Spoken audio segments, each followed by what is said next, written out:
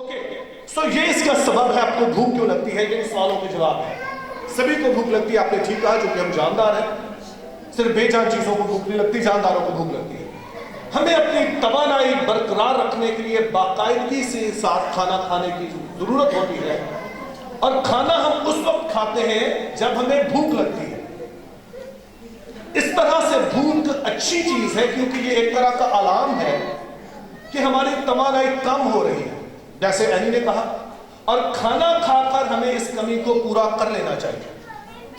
سو چونکہ ہم جاندار ہیں, اور چاہے ہم, بیٹے نے کہا کہ جب ہم کام کرتے ہیں تو ہم مذاق میں کہہ رہے تھے, لیکن یہ سچ ہے کہ جب ہم کچھ بھی نہیں کر رہے تو ہمارا بدن کام کر رہا ہے. مثال کے طور پر آپ سانس لے رہے ہیں, اس میں آپ کے مسلز کو طاقت چاہیے. آپ کا دل دھڑک رہا ہے تو اس کو جو مسلز ہیں ان کو طاقت چاہیے.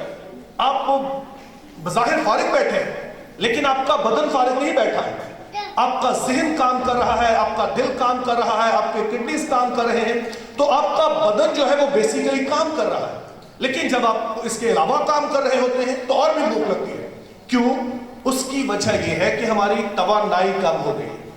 جب توانائی کم ہو گئی تو اس کا مطلب ہے کہ خدا نے ہمارے اندر ایک سسٹم رکھا ہے, اور اس سے ہمیں پتہ چل جاتا ہے کہ اب جب بھوک لگتی ہے کہ اب ہماری توانائی کم ہو رہی ہے, ہون ساری شوگر لو ہو رہی ہے, ہون کوئی چائے کا پیالہ پیے مٹھا چنگا, اور ہماری توانائی جو ہے وہ کم ہو رہی ہے کسی نہ کسی طرح سے, تو ہم توانائی کو پورا کرتے ہیں. سو بھوک لگنا خداوند کی طرف سے ایک نعمت ہے, اور خدا نے اسے رکھا. لیکن کئی دفعہ ہوتا ہے کہ پیٹ بھر جاتا ہے. کہ کہنے نے پیٹ بھر گیا پر پنجابی ٹھیک پنجابی جو کہو گے ٹھڈ بھر گیا پر اکھا نہیں بھریا. کئی دفعہ یہ ہوتا ہے. یہ اچھی بات ہے, یہ بری بات ہے. جی اگلی سلائڈ کریں. بھوک لگنا یا کھانے کی خواہش ہونا اگرچہ اچھی چیز ہے, تاہم اگر یہ خواہش بے قابو ہو جائے یا اتنی بڑھ جائے کہ ہمیں قابو کرنے لگے تو یہ خطرناک ثابت ہوتی ہے. ایسا ہی ہے. اگر ہماری بھوک اتنی بڑھ جائے, یا ہم مطلب ہماری آنکھیں نہ بھریں, بھوک تو ہماری ایک خاص ہمارے پاس ہے, اسٹمک ہے, اسی میں ڈالنا ہے, لیکن کئی دفعہ اس بھوک کو ہم خود بڑھا لیتے ہیں کسی وجہ سے, بے احتیاطی کی وجہ سے. کوئی بھی سبب ہوتا ہے, کئی وجوہات ہوتی ہیں بھوک بڑھنے کی. جب یہ بھوک اپنی حد سے بڑھ جائے, اتنی بڑھ جائے کہ اب یہ ہمیں کنٹرول کرنے لگے, تو سمجھ لیجئے اب یہ خطرناک ہو گئی. خدا نے حدود مقرر کی ہے, یاد رکھنا. کوئی بھی چیز اپنے آپ میں اچھی نہیں ہے, اور کوئی بھی چیز اپنے آپ میں بری نہیں ہے, لیکن خدا نے اس کے گرد ایک لائن کھینچ لی, ایک باؤنڈری لگا دی. جب اس باؤنڈری کو کراس کیا جائے گا, جب اس حد کو کراس کیا جائے گا, تو سمجھ لیں کہ آپ خطرناک حالت. یس, اب دیکھیے یہ مضحکہ خیز نہ صرف لگ رہے ہیں بلکہ مفلوج بھی ہو گئی ہے. اب یہ اتنا غالباً وہ کھاتی رہی اور کنٹرول نہیں ہوا اس سے. اور امریکہ میں بہت بڑی تعداد ہے, چونکہ ہمارے یہاں تو ہمارے وسائل بھی کچھ ایسے ہوتے ہیں, وہاں چونکہ سب کچھ وافر مقدار میں موجود ہے, سستا بھی ہے, تو وہاں پہ آسان ہے. لیکن اگر کوئی چیز مفت میں مل رہی ہے یا سستی ہے تو اس کا مطلب یہ نہیں کیونکہ ایک پنجابی جو ایک اور محاورہ ہے جی, بھوکے جٹ نوں بولو کہ بولو شاباش. ہاں جی, جو ٹورا مل گیا انہوں نے کہا چلو یہ ہونے میں پیندے جانا پڑا. لیکن کہیں پہ حد ہوتی ہے, ایک باؤنڈری ہوتی ہے, کوئی لکیر ہوتی ہے. جب یہ لکیر کراس کر دی جائے یہ خطرناک ہوتا ہے. مسئلہ صرف یہ نہیں ہے کہ جی اس نے بہت کھا لیا یا موٹا ہوگا, اس کے بعد کئی بیماریاں لگ جاتی ہیں, ہر طرح کی بیماری کا سبب بن جاتی ہے. اور اس لیے ہم نے یہ سمجھنا کہ خدا جو بائبل کا خدا ہے وہ اعتدال پسندی کا خدا ہے. خدا نے جو کچھ بھی دیا ہے اس نے کوئی برکت ہمیں ایسی نہیں ہے جو نہ دی ہو, لیکن اس نے ایک حد رکھی کہ اس کا استعمال ہم نے کیسے کرنا ہے. سمجھ رہے میری بات کو؟ سو پہلا جو پوائنٹ آپ نے یاد رکھنا ہے کہ خدا جب ہمیں کسی چیز سے روکتا ہے تو اس لیے نہیں کہ اسے ہم سے کوئی پرابلم. اگر یہ اتنا بڑھ جائے کہ آپ کی کامیاب جو آپ ہو سکتے ہیں اس کو یہ خراب کرنے لگے, اس کو کے لیے خطرہ بننے لگے، ماں باپ کو پھر پرابلم ہوتا ہے. چونکہ میں خود ایک والد ہوں، سو میں سمجھ سکتا ہوں. مجھے احساس ہے کہ بچوں کو برا لگتا ہے بعضوں کا، لیکن جب تک ایک روٹین زندگی میں نہیں ہوگی تب تک مجھے پتا ہے وہ کامیاب نہیں ہو سکیں. میں انہیں جس مرضی اسکول میں بھیجوں، میں جتنی مرضی ٹیوشنز پڑھاؤں، اگر جب تک وہ خود نہیں کریں گے، ایک وہ سمجھیں گے نہیں کہ کوئی میری لائن ہے، ہماری کوئی ایک حد ہے.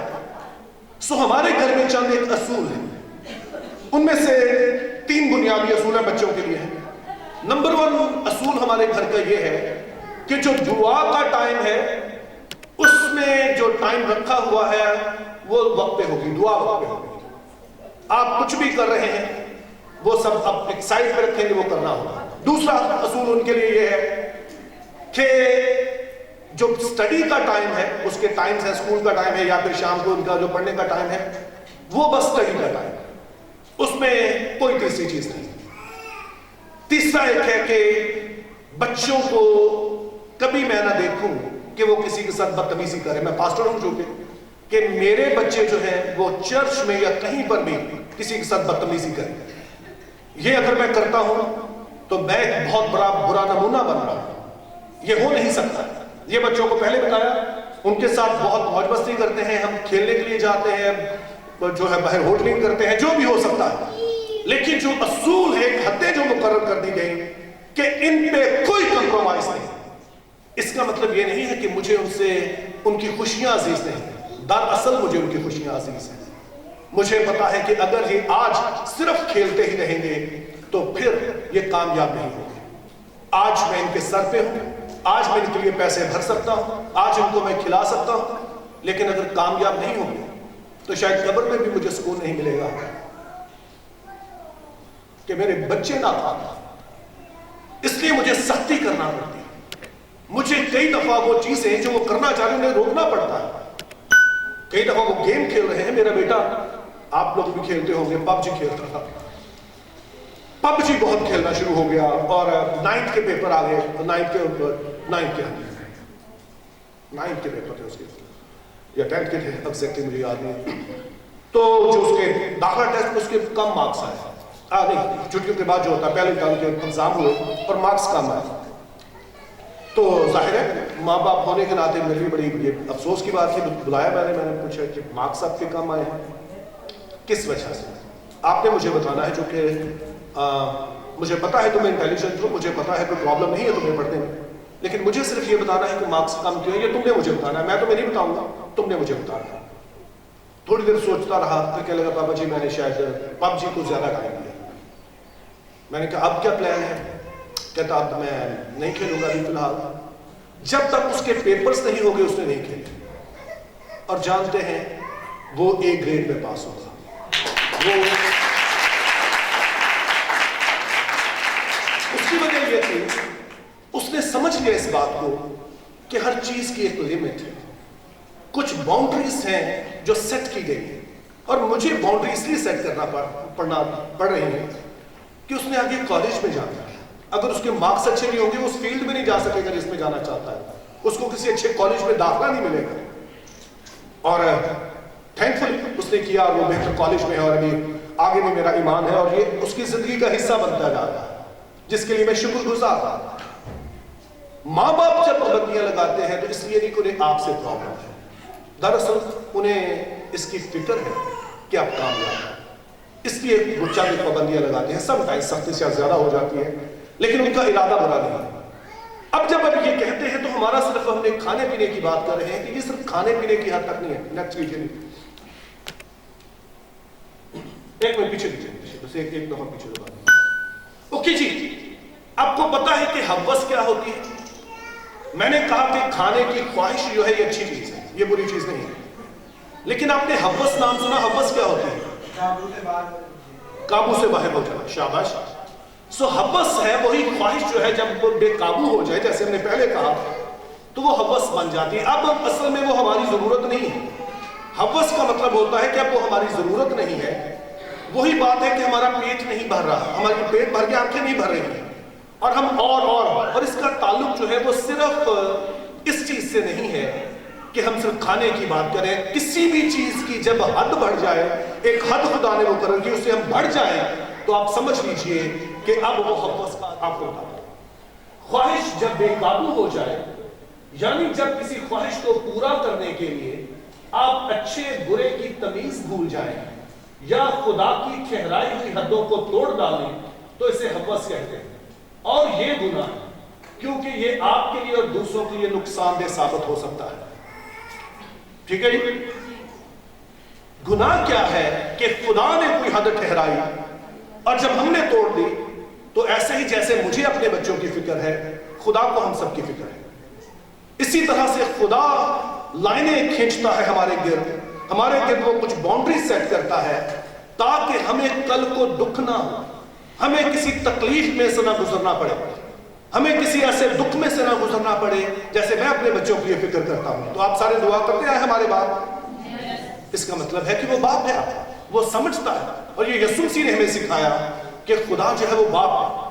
تو وہ بھی اسی طرح سے, جب میرے بچے چھوٹے تھے تو آپ کو پتا بچے ہر چیز کو ہاتھ لگاتے ہیں, تو ہمارے گھر میں ہیٹر چلتا تھا, تو ابھی چونکہ وہ چھوٹا تھا, بڑے والا بیٹا, تو وہ کیا کرتا کہ وہ اس کو بڑا اٹریکٹ کرتا تھا ہیٹر, اور ہم ڈانٹتے تھے کس کے پاس نہ جاؤ, اور ہم اسے ایک دو دفعہ لگائی بھی کس کے پاس نہیں جانا. لیکن چونکہ بچہ تھا بھول جاتا تھا, ایک دن آپ کو اس نے ہاتھ لگا ہی لیا, ہیٹر کو چل رہا تھا, اس کو ہاتھ لگا لیا, پھر کیا ہوا وہ؟ ہاں جی. اور تکلیف کس کو ہوئی؟ ہاں جی, دونوں. اس کو بھی اٹھانا پڑی اور اس کی تکلیف دیکھ کر ہمیں بھی فوراً بھاگنا پڑا ڈاکٹر کے پاس, جو بھی اوپر لگوانا تھا. کیوں؟ چونکہ اس نے اس حد کو جو ہم مقرر کر رہے تھے اس کی بھلائی کے لیے اس کو توڑ ڈالا. ایسے ہی خدا حدیں مقرر کرتا ہے, اور انہی حدوں کو توڑنا جو ہے وہ گناہ کہلاتا ہے. یہ حدیں جب توڑ ڈالی جائیں تو پھر اسی کو گناہ کہتے ہیں. ایسا نہیں ہے کہ خدا کو خوشیوں سے روکتا ہے, بلکہ وہ جانتا ہے کہ جو چیز ہے اس کو استعمال کیسے کرنا ہے. کوئی بھی آپ لگا لیں, اب موٹر وے سے ہم آئے ہیں تو وہاں پر انہوں نے لکھا ہوا ہے کہ 120 کی سپیڈ جو ہے یہ لمٹ ہے. وہاں پہ پولیس کھڑی ہوتی ہے, بلکہ ہم جب آ رہے تھے سوال ٹرین سے اتر رہے تھے تو انہوں نے اشارہ کیا تو ہم نے سمجھا شاید ہمیں روک رہے ہیں, لیکن پیچھے گاڑی بھی روکا. چونکہ وہاں پر وہ جو سالٹ رینج ہے وہاں پر بڑے چڑھائی ہے اور بڑے وہاں پہ زگ زیگ ہے, تو وہاں پہ آپ نے 40 کی سپیڈ سے آنا ہوتا ہے, 30-40 کی اپنے سپیڈ سے آنا ہوتا ہے. تو وہ تیزی سے آ رہا تھا. پولیس نے اسے جرمانہ کیوں کیا؟ چونکہ وہ خود بھی جو ہے ایکسیڈنٹ ہوگا اور آگے پیچھے کوئی گاڑی آتی جاتی ہوئی اس کو بھی مارے گا. ان کو بچانے کے لیے انہوں نے جرمانہ کرتے ہیں. انہیں ہم سے کوئی دشمنی نہیں ہے, وہ ہماری انجوائمنٹ نہیں چھین رہے ہیں, بلکہ پتہ ہے جنہوں نے سڑک بنائی ہے ان کو پتہ ہے اس سڑک پر آپ کتنا تیز چل سکتے ہیں. جو انسانی ضروریات ہے تو یہ نیچے سے شروع سے ہوتا ہے, جہاں پہ ہماری جسمانی ضرورتیں جو ہمیں سب سے پہلے محسوس ہوتی ہے. جب آپ کو تھوڑا بہتر ہو جاتے ہیں پھر آپ کو اور طرح کی ضروریات محسوس ہوتی ہیں. جب آپ کا کھانے پینے کا سسٹم آگے بڑھ جاتا ہے اس کے بعد آپ اور چیزوں کی طرف بڑھتے ہیں, اس کے بعد اور آپ نے دیکھا, مثال کے طور پر مثال میں دے رہا ہوں کہ کیا نواز شریف کو کوئی روپے پیسے کی کمی ہے؟ وہ کیوں آنا چاہتا ہے پھر سے جو ہے وہ اس میں اپنے وہ بنانا چاہتا ہے, حکومت بنانا چاہتا ہے؟ خواہش اس کی کس بات کے لیے؟ یہ جو چوتھا ہے, یہ گرین والا, چونکہ یہ انسانی فطرت ہے, جب پہلی ضرورتیں پوری ہوتی جاتی ہیں ہماری اور طرح کی ضروریات بڑھتی جاتی ہیں. خواہش ہے کہ میرا نام ہو, کیونکہ میں جہاں پہ رہتا ہوں وہاں پہ پاس ہی ہائی وے ہے, تو وہ گزرتا ہے وہاں سے, تو آئے دن وہاں پہ روٹ لگا رہتا ہے. اس کا مطلب ہے کہ وہاں سے کوئی آفیسر گزر رہا ہے اور روڈ بند کیا ہوگا. تو چونکہ وہ گزرتا تھا تو اس لیے ہمیں بڑا پتہ ہے آگے پیچھے گاڑیاں ہیں جی, ہر طرف کی, وہ کچھ بھی سائن کر دے, پیسے دینا چاہے, تو یہ والی چیزیں اسے پیسے کی کمی نہیں ہے, لیکن وہ جو اسے چاہیے وہ بڑا نام اور بڑا جی عزت اور اس طرح کی چیزیں. میں ویسے مثال دے رہا ہوں, یہ سبھی کے لیے, اس کا جو بھی نام ہو, ہم صرف جنرل ایک بات کر رہے ہیں. تو اس وجہ سے وہ سب کچھ کہتے ہیں چونکہ انہیں وہ والی چیز چاہیے. لیکن بنیادی ضروریات ہر کسی کی جو ہوتی ہیں وہ یہ ہے. پہلے نمبر پر لکھا ہے کھانا, جس کی ابھی ہم نے بات کی کہ کھانے کی خواہش ہونا یہ ہماری بنیادی ضرورت اور خواہش بھی ہے. اس کے بغیر ہم رہ نہیں سکتے ہیں, اور اس کا سبب کیا ہے کہ ہمیں خدا نے ایسا بنایا ہے, خدا نے خواہش رکھی ہے ہمارے اندر کھانے کی. لیکن فرض کر لیجئے یہ خواہش اتنی بڑھ جائے کھانے پینے کی, ہم چوری کرنے لگ جائیں. یا جب مل جائے تو ہم جو ہے اس کو بغیر رکاوٹ کھاتے رہے تو اس کا حال ہم نے دیکھ لیا. اس کے بعد نیند ہے. نیند ہماری بنیادی ضرورت ہے, اور خدا کا شکر ہو اگر آپ سو پاتے ہیں تو بہت بڑی بات ہے. کل ہم جب سفر کر رہے تھے تو یہ پوچھ رہا تھا, یہ بھائی ہے جو میرے ساتھ آئے, تو سمران بھائی پوچھ رہے تھے ہم سے, مجھ سے پوچھ رہے تھے کہ مولوی صاحب آپ ٹھیک ٹھاک ہیں, آپ کیسے ہیں؟ میں نے کہا میں بالکل ٹھیک ہوں, خدا کا شکر ہے, رات کو میں بڑا اچھا سویا ہوں. چونکہ ٹریول میں نے کرنا تھا تو میرے لیے بڑا ضروری تھا کہ میں ایک اچھی نیند لے سکوں, تو میں اپنا جو عام طور پہ سوتا ہوں اس سے تھوڑا میں بلکہ زیادہ سویا ہوں. So thank God for that. So یہ جو نیند ہے یہ بڑی ایک بنیادی ضرورت ہے. لیکن فرض کر لیجئے کوئی شخص ہے جڑا سوتا ہی نہیں رہتا. تاڑے گھر جو ہون گے جڑے چاہتے ہیں بس میں نہ ٹھاؤ, میں بس سوتا ہی رہنا. اور اگر کوئی ایسا ہے تو پھر وہ جو خواہش ہے جو آپ کی ضرورت ہے وہ اب ضرورت نہیں رہی, اب اس ضرورت نے آپ کو کنٹرول کرنا شروع کر دیا. اور امثال کی کتاب میں لکھا ہے اے کاہل کب تک ہاتھ پہ ہاتھ رکھے لیٹا رہے گا. اور پھر آگے لکھا ہے کہ کیا تیرے ساتھ ہونے والا ہے, مفلسی تجھ پر آنے لگی, غربت تجھ پہ آنے لگی. اور اگر ہماری قوم کو آپ دیکھیں تو ایک بڑی وجہ یہ بھی ہے شاید ہمارے بچوں کی, نوجوان بچوں کی, بیٹوں کی میں شکوے نہیں کر رہا ہوں کیونکہ لیکن یہ درد ہے ہمارا کہ بعض اوقات ہم سبھی کی بات نہیں کرتے, مجھے نہیں پتا, لیکن عام طور پہ باقی جگہوں میں ہم دیکھتے ہیں اکثر کہ ہمارے نوجوان بیٹوں کو سونا بڑا پسند ہے, رات لیٹ تک جاگتے رہو تو دوپہر تک سوتے رہو, یہ عام طور پہ ہوتا ہے. لیکن اس کی حد ہے کہ ایک باؤنڈری ہے. جب اس باؤنڈری کو ہم کراس کریں گے کہ آپ کا حق ہے آپ سوئیں, آپ کی خواہش ہے آپ سوئیں, اور یہ ضروری ہے کہ آپ سوئیں, لیکن جب یہ بڑھ جائے تو پھر پرابلم ہے. اسی طرح شیلٹر ہے, مکان کا ہونا, ایک چھت کا ہونا, یہ ایک بنیادی ضرورت ہے اور ہماری خواہش بھی ہے. کیوں جی ایسا ہی ہے, ایسا ہی ہے کہ جب ہماری خواہش بھی ہو اور ضرورت بھی ہو کہ ہم ایک گھر چاہتے ہیں, چھت چاہتے ہیں, لیکن اگر یہ خواہش اتنی بڑھ جائے کہ اس کے لیے ہم چوری ڈاکے کرنے لگے, ہم جو ہے دوسروں کی زمینوں پر قبضہ کرنے لگے کہ ہمارا گھر بڑا ہوتا چلا جائے, اس کا مطلب ہے اب آپ نے حد جو ہے وہ کراس کر دی. اب آپ اپنی حد میں نہیں رہے, آپ کا حق ہے, آپ کی خواہش ہے, آپ کی ضرورت ہے چھت, لیکن ہم اس سے آگے بڑھ گئے. پھر اگلی ایک بات ہے جس کو ہم کہتے ہیں جنسی خواہش. ابھی ہم نے کھانے کی خواہش کی, سو ابھی بات ہے جنسی خواہش کی. سو یاد رکھیے کہ جس طرح خدا نے بھوک کی خواہش ہمارے اندر رکھی ہے, اسی طرح سے خدا نے جنسی خواہش بھی رکھی ہے. یہ کوئی عجیب بات نہیں ہے. خدا نے کتنے باغ عدن میں کتنے لاکھ لوگ بنائے تھے, کتنے لاکھ تھے, 2 لاکھ, صرف 2 تھے. لیکن خدا نے کیا کہا تھا, پھلو اور بڑھو اور زمین کو. سو خدا نے نظام مرد اور عورت کے درمیان رکھا تاکہ وہ جو ہے ملٹی پلائی ہو سکے, وہ بڑھ سکے, تعداد بڑھا سکے.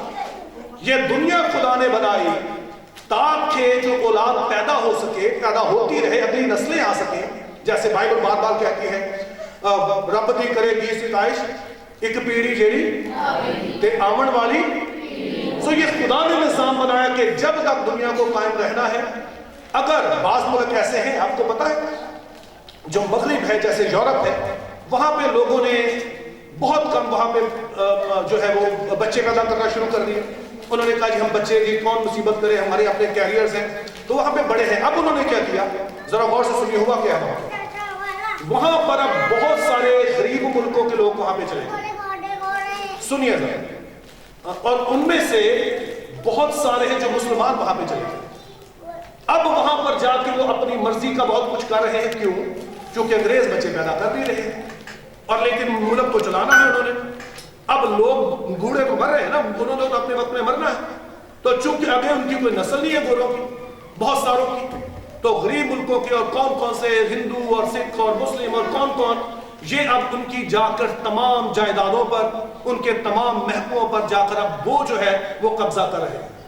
چونکہ جو خدا نے ایک نظام رکھا ہے انہوں نے اس نظام کا انکار کیا.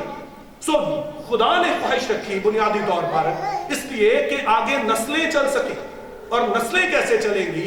جب ہمارے اندر خواہش ہوگی. سمجھ رہے ہیں میری بات کو؟ سو جو جنسی خواہش ہونا ہے یہ اپنے آپ میں بری نہیں ہے. یہ خواہش کس نے رکھی ہے؟ کس نے ہمارے اندر رکھی ہے؟ یہ خدا نے رکھی ہے. اس خواہش میں کوئی پرابلم نہیں ہے. جیسے کھانے میں کوئی پرابلم نہیں ہے, جیسے سونے میں کوئی پرابلم نہیں ہے. اس خواہش کا ہمارے اندر ہونا یہ خدا کی طرف سے ہے. چونکہ ہم ایسے معاشرے میں رہتے ہیں جہاں پر یہ چیزیں بڑی بری سمجھی جاتی ہیں، لیکن بچے جب پڑھ رہے تھے تو مجھے خوشی اس بات کی کہ اس کا مطلب ہے کہ آپ اسکول جا رہے ہیں، آپ کالج میں جا رہے ہیں ہوپفلی، اور آپ نے سائنس پڑھی، آپ نے بایولوجی پڑھی، وہاں پر یہ چیزیں آپ نے پڑھی ہیں جو کہ نئی نہیں آپ کے لیے چیزیں، آپ آلریڈی اب واقف ہیں، لیکن اس کے باوجود ہم نہیں کرنا چاہتے ہیں۔ تو پہلی چیز میں آپ کو بتانا چاہتا ہوں کہ پہلے آپ نے یاد رکھنا ہے کہ جنسی خواہش جو ہے یہ خدا نے رکھی ہے۔ اگر ہمارے اندر یہ خواہش ہی نہ ہو تو ہم تو کہیں اپنی شادی کرنی نہیں، ہمیں کوئی ضرورت ہی نہیں اور کبھی بھی نہ کریں۔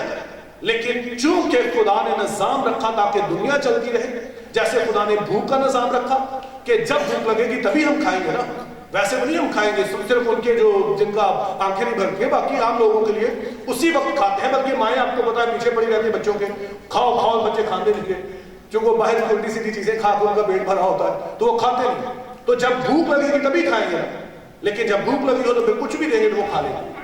تو اسی لیے خدا نے یہ رکھی ہے، سو پہلی چیز جو آپ نے یاد رکھنی ہے کہ خدا کو جنسی خواہش سے کوئی پرابلم نہیں ہے، یہ خدا نے رکھی ہے، یہ اپنے آپ میں کوئی بری چیز نہیں ہے، یہ خدا کی طرف سے رکھی گئی۔ لیکن باقی ساری چیزوں کی طرح اس کے گرد بھی خدا نے باؤنڈری لگائی، اس کی بھی خدا نے ایک جو ہے وہ حد مقرر کی۔ خدا نے کہا کہ اس کا استعمال کیسے ہوگا۔ جب ہم ان حدود سے نکلتے ہیں تب ہم گناہ کرتے ہیں، تب ہے جو ہمارے لیے غلط ہے اور دوسروں کے لیے غلط ہے۔ جیسے کہ بہت ساری چیزیں آپ ڈراموں میں آپ کہیں نہ کہیں یہ چیزیں آپ دیکھتے ہیں، کہیں نہ کہیں آپ کو پتا ہے ان چیزوں کا، پڑھتے ہیں بہت ساری سٹوریز، بہت کچھ نکلتا ہے باہر جب پتا چلتا ہے کہ جب ان حدود کو توڑا گیا، جب ان حدود سے نکلا گیا تو پھر جا کے ہمارے لیے پرابلم بنا۔ سو بھوک کی طرح جیسے ہمیں کھانے کی بھوک لگتی ہے، اسی طرح سے خدا نے ہمارے اندر جنسی خواہش رکھی ہے، وہ اپنے آپ میں ٹھیک ہے۔ اسی لیے بائبل کہتی ہے بیاہ کرنا سب میں عزت کی بات سمجھی جائے۔ سو یہ خدا نے خود پہلا نکاح کیا، خدا نے پہلا نکاح ہوا کو بنا کر آدم کے پاس لے کر آیا۔ اور آپ کو پتا ہے آج کل جب مسیح بیٹیوں کی شادی ہوتی ہے تو کون پیش کرتا ہے بیٹی کو؟ باپ پیش کرتا ہے۔ And it's a lovely, I love this custom، یہ بڑی خوبصورت ایک ریت ہے۔